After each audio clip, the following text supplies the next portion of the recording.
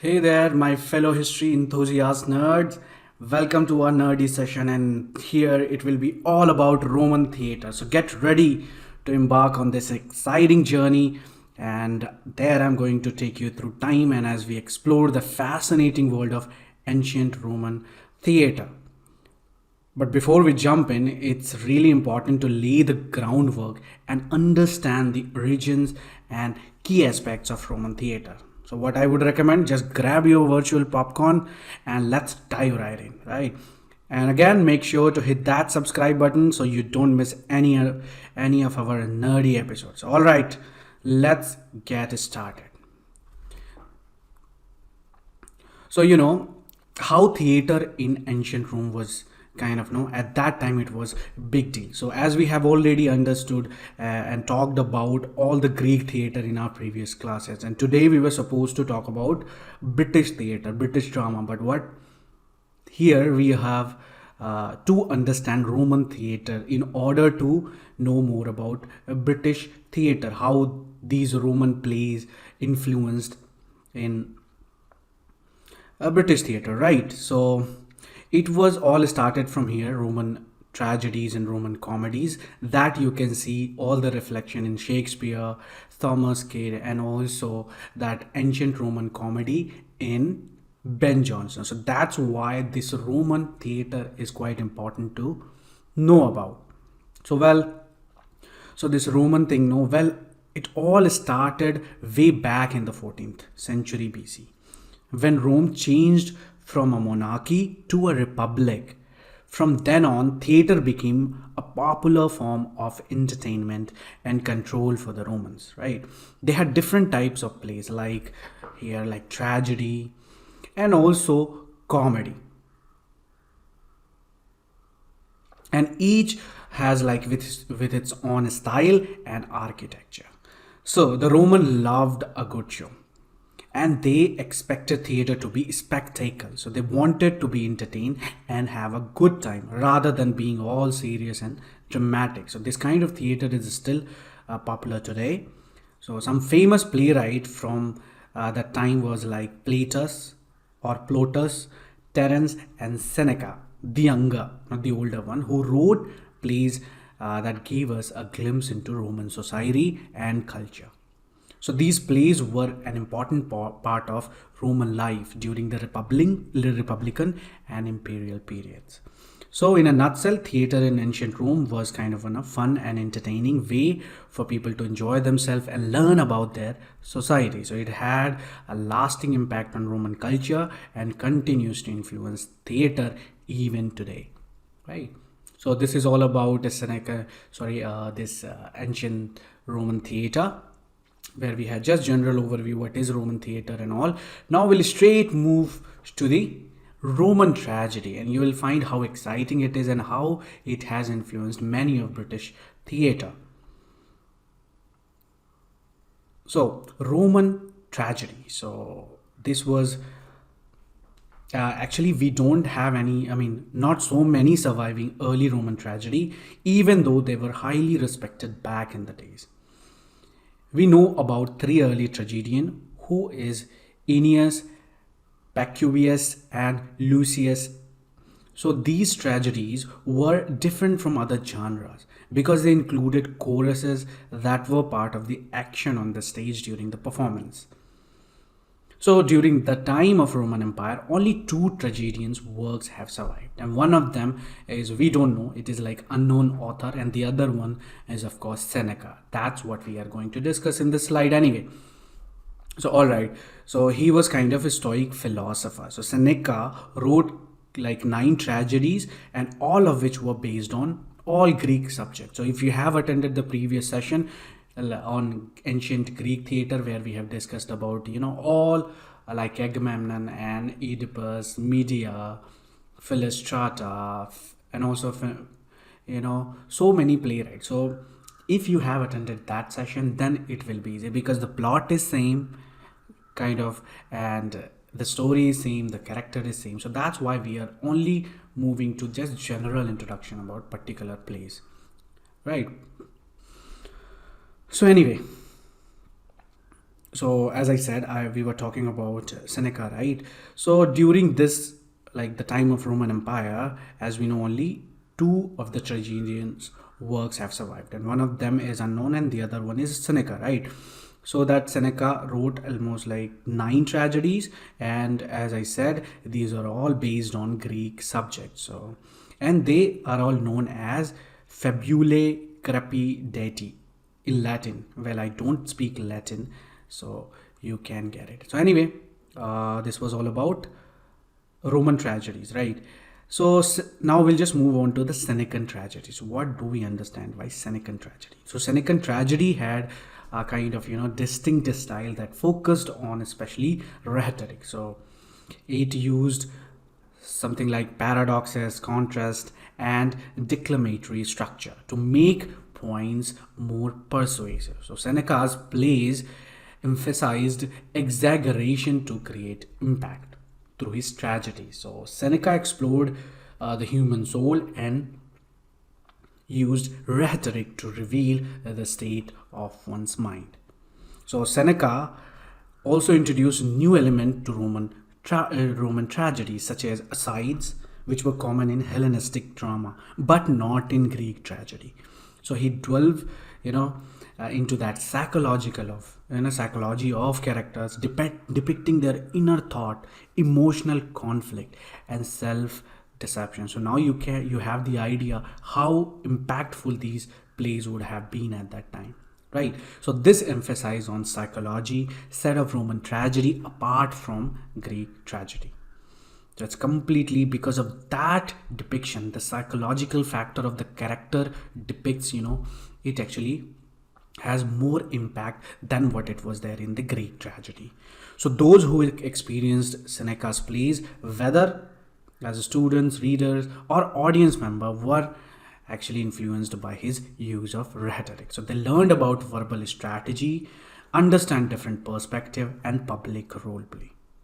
So Seneca's work had profound impact on the mental state of many individuals, and especially you can see this all influence in British dramatists, especially in Renaissance dramatists like Shakespeare and Thomas Kyd we have, and also we have a couple of like Webster's tragedy. All are related to that Roman tragedy, right? So now let's move quickly to the our main point, Seneca. And who was Seneca, by the way? He was Roman playwright, right? You can write in the chat box whatever you know about Seneca. So anyway, we'll just move quickly to this figure Seneca, right? So his full name is Lucius Annaeus Seneca, and he was also known as Seneca the Younger. So we are only taking that name for now, okay? Because as I said, I don't know these old name how it was pronounced, but anyway, he was pretty important dude in ancient times, so living around 4 BC to 65 CE.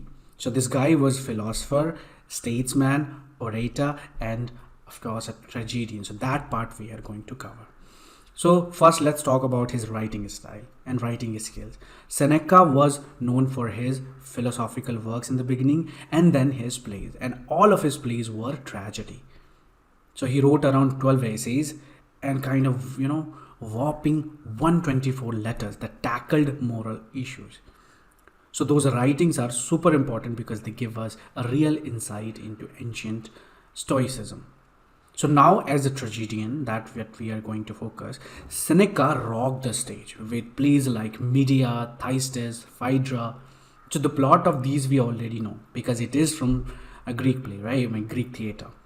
So they were a big deal back then. And even later on, during the Renaissance, people admired and looked up to him.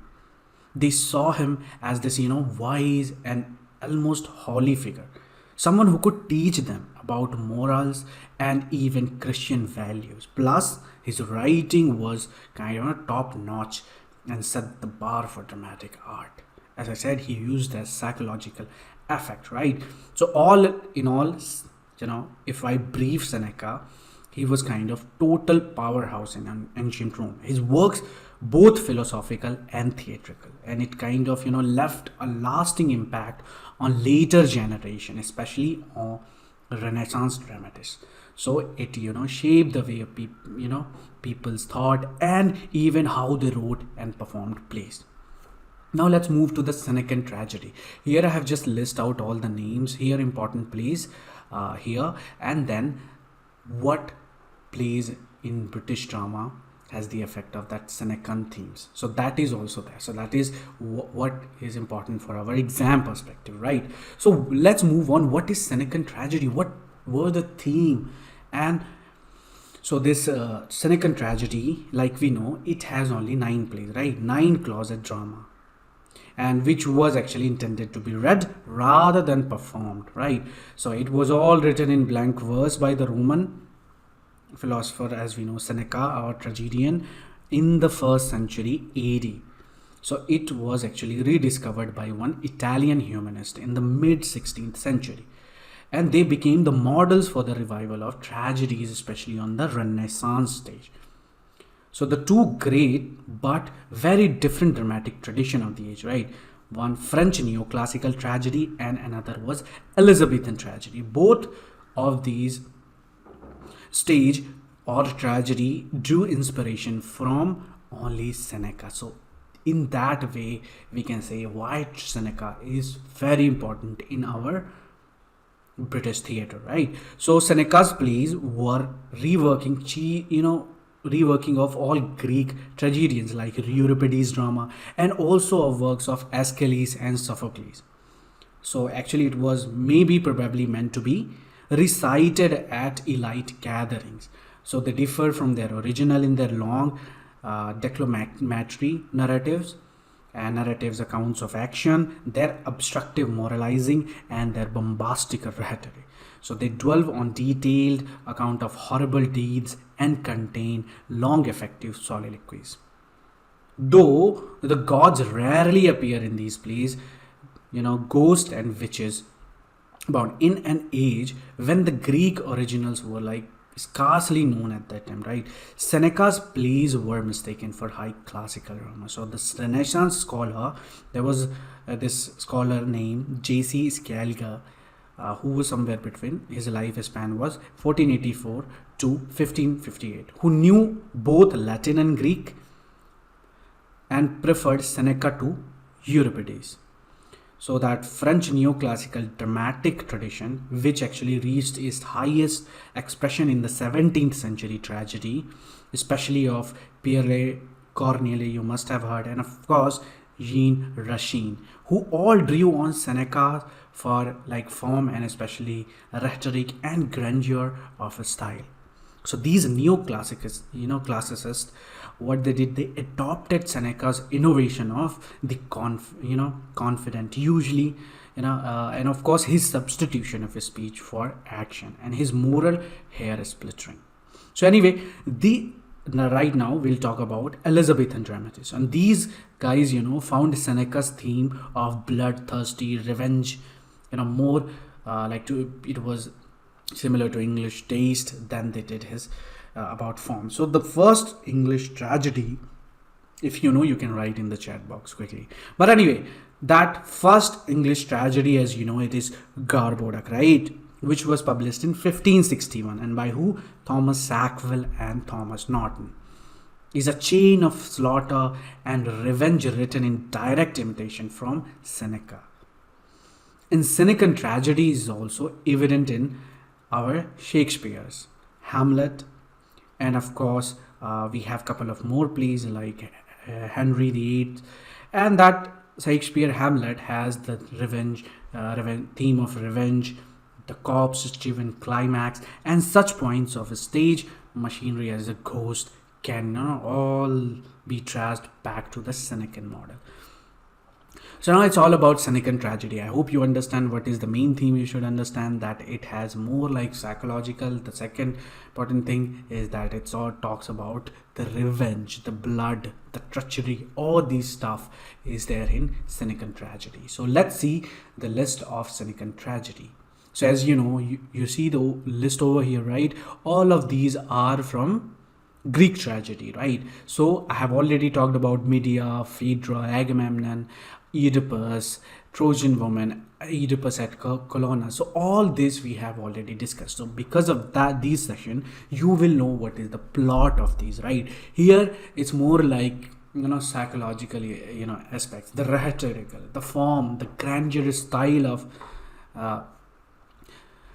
uh, Seneca. So anyway, let's move. All I'll just give you a small introduction to just recall what happened all there, right? So the first was Medea. As we know, it's all about uh, that lady named Medea, and who was kind of uh,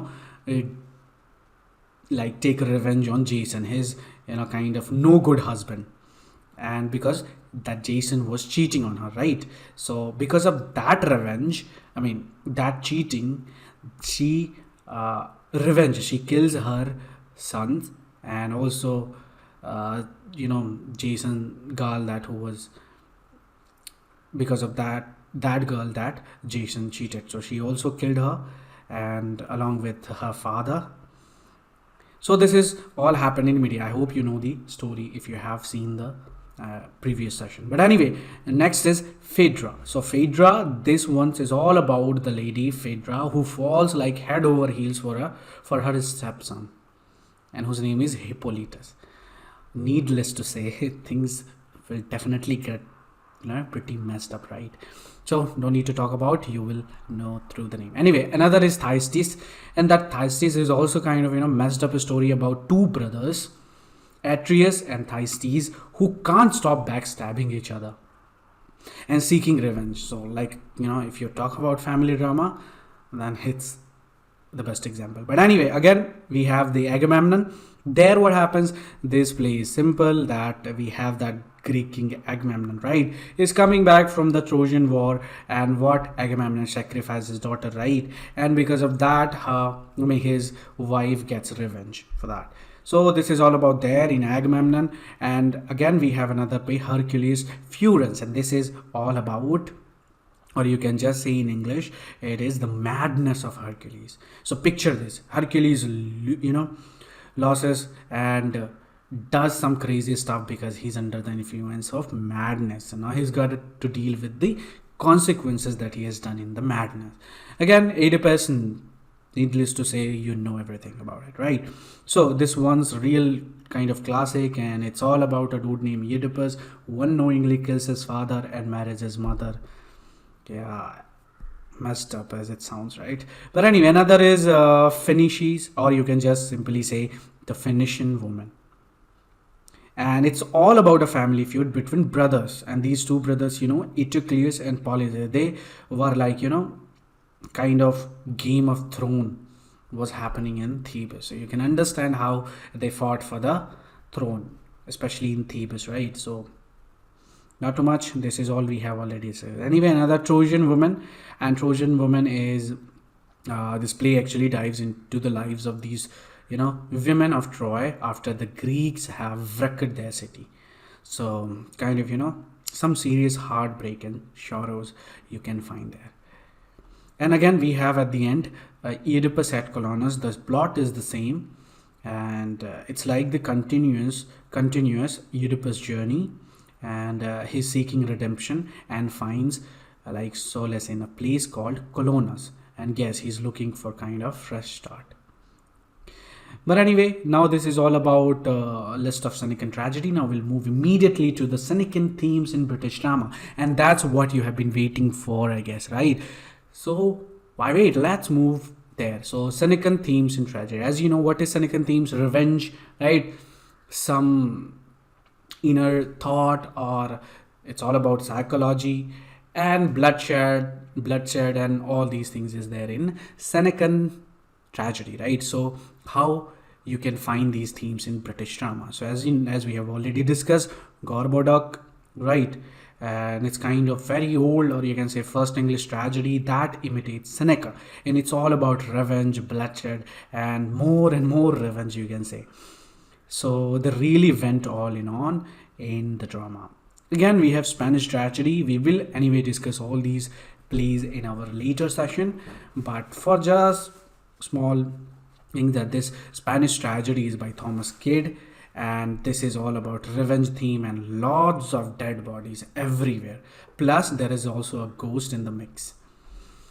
And again, we have Titus Andronicus, which is by Shakespeare, and this is also takes the same theme like where revenge takes center stage. So brace yourself for a whole lot of violence and bloodshed in the Titus Andronicus. Again, there is one Hamlet that everyone is familiar with, and also the plot you will know. So I don't have to talk about Hamlet right here. You will understand that what was there, like kind of revenge as the driving force, and it's got like bloody climax, a ghost, and all these eerie elements that make you shiver. And then we have John Webster, the Duchess of Malfi. So this play is all about a kind of badass duchess who defies social norms and secretly marries the man she loves who was in lower rank, right? But oh boy, this tragedy strikes when her brothers find out and decide to take revenge. And talk about family drama gone wrong with all the deceit, murder, and intense emotion. It's got that all the Senecan tragedy vibe, and with its theme of revenge, betrayal, and the downfall of powerful figure. And at the end, we have the Revenger's Tragedy by Cyril Turner, right? So here what happens: the protagonist seeks vengeance for his murdered fiance, and things get twisted and bloody as the bodies pile up. So it's got that Senecan tragedy again running through it, and exploring the consequences of revenge and the moral dilemma faced by the characters. So both these plays, both that Duchess of Malfi and Revenger's Tragedy, draw inspiration from the Senecan tragedy, and they share common element such as the Revengers, the driving force, a web of deceit, moral conflict, and dramatic climax with significant bloodshed. So these plays, reflect the themes and the structure found in Seneca's work. So thanks to Seneca that you guys are having these kind of crazy and bloodshed drama that you're reading. Anyway, don't teach your children this anyway, right? So anyway, let's move to the so this is all about, and this is very important because you will get a couple of questions from that also. If they are asking, they are these days they are not asking direct questions like this character is from where, or or direct talk about this particular play in the exam. They are asking like what influenced and these all stuff. I hope you get what I'm trying to say. So now this was all about Seneca, right? Senecan tragedy. Now let's move quickly to the Roman comedy, right? So what was Roman comedy? Who were there? I know you guys are excited. So I'll just tell two names. This is Plautus and you can see Terence. So these two names you have to remember, and you won't believe this Plautus character, this dramatist, this comedian has complete, crazy influence on Ben Jonson's play. So this will be, so let's move quickly and I'll just give you a brief introduction on that Roman comedy. So this Romans had their fair share of comedies also, and the ones that survived can be divided into two categories. You don't have to read too much about it anyway. So comedies, one was based on Greek subject, which was written by Plautus and Terence, and the other one, which we don't have any fabula or comedy set in Roman times, we have only based on all the Greeks. Anyway, so now when the Roman comic playwrights adapted those Greek plays, like similarly it happened in Roman tragedies, right? So they made some changes, and what changes were there? Like the chorus, which used to have a big role in the action and was toned down in the Greek, right? They added musical accompaniment like spice things, and the scenes like usually took place outside the character's home, and a lot of the plot twist came from characters like eavesdropping on each other, talk about snooping and gone wrong. So now again, this Plautus, who wrote from 205 to 184 BC, it's pretty famous for his comedy, right? This guy is very famous for his comedy, and he gave us 20 that survived till today, and his farces are particularly well known, and people loved his clever dialogue and how he played around the different poetic style. Because of Plautus, Growing popularity and this new form of written comedy, Roman festivals started including more plays along with the usual races, sports competition, and gladiator fights. So you can see all these things were happening in that Roman festivals. Anyway, Terence, on the other hand, if we talk about Terence, he actually composed six comedies, and which was somewhere between 166 to 160 BC. And lucky for us, they are still around. And now Terence had a kind of knack for weaving multiple Greek originals into one play. But that got him some criticisms. People claimed he was ruining the original Greek works and even spread rumors that he had help from that important dudes in creating his material. So, address all the haters, Terence used the prologue of his plays to plead with the audience to keep an open mind and not let the gossip influence their judgment. So, it was quite different from other playwrights of that time who just used like prologue to introduce the story. Right. So you see, already these things are happening. Like before giving prologues, you should, instructing audience and what it influenced and all these stuff. It was already happened before, right? Especially in Roman. So these days, especially now, people are like writing forward and all these things. So you can just imagine that in the beginning of the play, who chorus is telling you all about, right? So anyway, here just move to the list of the Roman comedy plays here. One is the brothers Menascemus, and the other is the pot of gold and the haunted house, the eunuch, and the self-tormentor comedy. And let's talk about these one by one in briefly. So this brother of Menascemus, I hope you can pronounce it better. But anyway, this is by Plautus, and it's all about these two twin dude. His one was Menascemus, and the other was like the crazy mix-up that happened when people mistake one for the other. And talk about a case of mistaken identity that'll have you laughing your socks. So this is kind of very comic play that is there. If possible, you just go and read a detailed summary if possible. Otherwise, don't need to waste a lot of time and go for original if you can. And the second is the pot of gold by Plautus, and this one is all about kind of sneaky slave named Usilo, and who finds a pot of gold and goes to extreme lengths to keep it hidden. Wow! So get ready for some kind of greedy antics, clever tricks, right? And this would be good. And you will see all this influence in British, especially Renaissance theatre, right? Like Alchemist is there, all about turning gold and all stuff is there also. You can see in Ben Jonson's work. But anyway, the other is the haunted house, again by Plautus, and it's kind of so it has like the adventure of Philolaches, who was a young fellow and who throws a wild bash at his dad's house while he's away, but keeping the party under wraps and avoiding trouble. The same thing is there, you can be seen in Ben Jonson Alchemist, right? So this owner of the house is not there and the servant is making all these kind of fishing stuff was happening there. So again, another is the eunuch by Terence, that you can even see in the country wife and other stuff, right? So it was by Terence, and here what happened, it is like love is in the air kind of a stuff. So there was Caria, one character who was kind of love struck lad who disguised himself as eunuch to win over the girls of his dream, and accept some crazy mix-ups, mistaken identity, and kind of clever scheme that leave you chuckling. And the last but not least, the self-tormentor, which is by Terence again, and this one is all about a kind of strict dad who wants to control his son's life, and that you can also see in the humor, right? The comedy of humor is there, right, by Ben Jonson. So it was all about control of his son and other things. So that is also there in your British drama. So this is about dad who wants to control his son's lives, and but guess what, things get all topsy-turvy with love, secrets, and unexpected twists. So it's a comedy that explores family dynamics, freedom, and a whole lot of laughter. So these are just a taste of hilarious Roman comedies and written by some awesome playwrights like Plautus and Terence.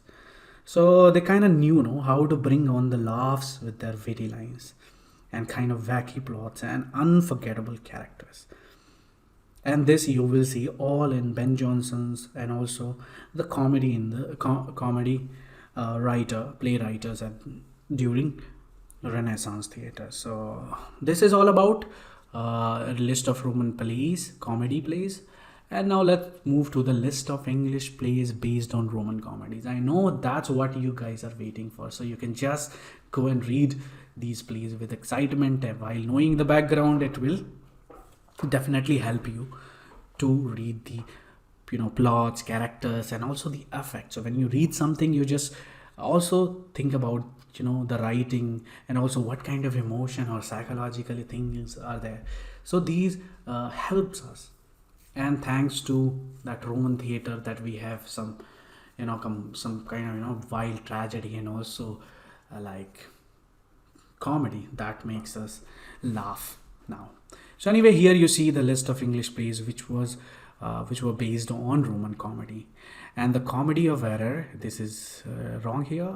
Not one is okay. The Comedy of Errors by Shakespeare, and that has also, it was influenced by Plautus. And I'll just tell you a little bit about the Comedy of Error. Here what happened, this play is kind of wrought, and it's all about mistaken identity. And you can imagine, when there is a mistaken identity, all the hilarious mix-up happens, right? And this is all inspired by Plautus. So you should say, you all the nerds here, you should say thanks to Plautus that we have that Comedy of Error now to enjoy, right? And this was all influenced by the first thing that we talked about, the brothers of Menachmus, right? So this is kind of, if you want to read more about it, just brace yourself for kind of, double trouble and double the laughter. Actually, I just made it this line. But anyway, the laughter with two sets of identical twins, like causing total chaos. And again, we have the Menachmi, which is by William Warner. You must have not heard about it, but he was quite famous. And Warner took Plautus, the brother again, the same thing, and gave it English twist. So it had some, good old English wit and humor, as the story of mistaken identity again unfolds with all its comedic glory. Then we have The Alchemist that I was talking about, right? Ben Jonson's Alchemist. And here what happens, this one is kind of real gem, I know. And while not a direct adaptation, Johnson drew heavily from Roman comedy tradition, and to create a play filled with con artists and their clever tricks. And it's all about deceit, humor, and a whole lot of laugh. And you must also know about that play. This is also written by Plautus, Amphitryon, and this is also written by Dryden. So what happened, it is not in Renaissance, but later on. So what happened there, this play is actually inspiration from Plautus' play of the same name, and spun it into a hilarious comedy. So it has, if you just read, then you should prepare to brace yourself for a kind of wild ride of mistaken identity again, and relationship troubles. And it's a mashup of Roman comedy and English humor that leave you in laugh. So anyway, again we have the last one, Thomas Middleton, The Pot of Money. This is also important. Why? In the case, because, and that related to that question, I think I have seen somewhere. And well, this play dives into the spirit of Plautus, the pot of the gold, and brings it to the English stage. And it's all about a sly servant and his mission to get his hands on hidden pot of money. Remember the pot of money that we talked about earlier? So it's all about this servant and his mission to get his hands on this hidden pot of money. So it has some clever scheme and comedic chaos.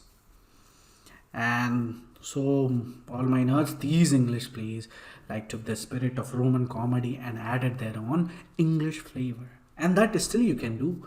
You can just write any play and take influence from Plautus or Terence, or even tragedy if you like Seneca, or if you like kind of bloodshed, revenge and all. Some people have different taste, right? So you guys can take and write drama also, or at least just read them. Anyway, so what that's all here, guys, and we have discussed almost everything. So, all right, my nerd, that's like I'm going to just wrap up this session now, and it's crucial to have this background knowledge, especially before diving into British theatre. So, until next time, my fellow nerds, I'm super excited to delve into the fascinating world of British theatre now. Now you'll understand more about British theatre, Renaissance theatre, Shakespeare, Ben Jonson, and you name it. Everything will be there and it's upcoming. And make sure to subscribe this channel immediately so you don't miss out. And thanks for tuning in. And remember, keep learning like a nerd. So bye for now.